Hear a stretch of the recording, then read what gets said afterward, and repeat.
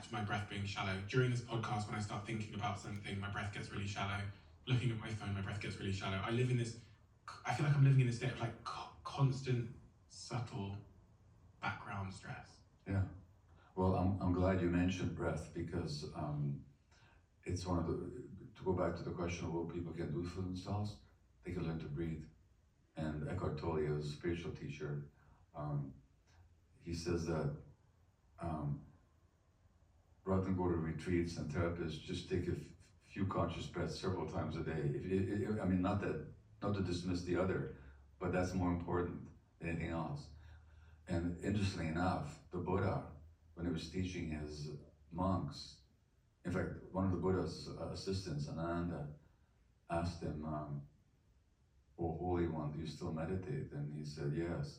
"And what kind of meditation do you practice?" says Ananda. And Buddha says, "Observing the breath."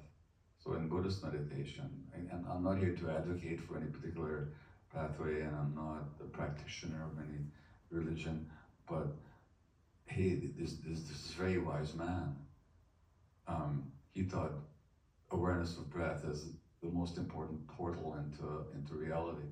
What do you think the antidote is for the way we've designed our lives to be constant in this sort of stressful stimulation? And because I was just wondering if human beings are supposed to endure this much constant stimulus and stress in their lives, and with chronic inflammation and all these kinds of things are now killing people at alarming rates. The diseases that are caused by inflammation.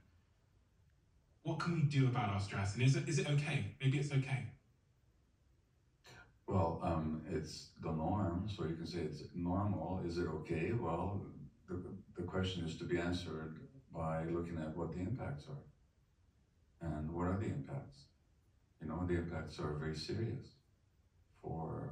You can see it on the individual level in terms of mental health conditions, as I said earlier, are burgeoning internationally. Autoimmune conditions are.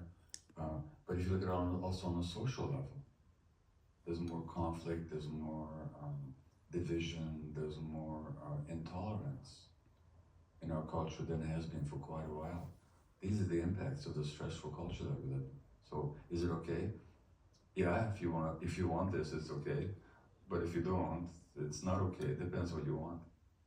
Relationships.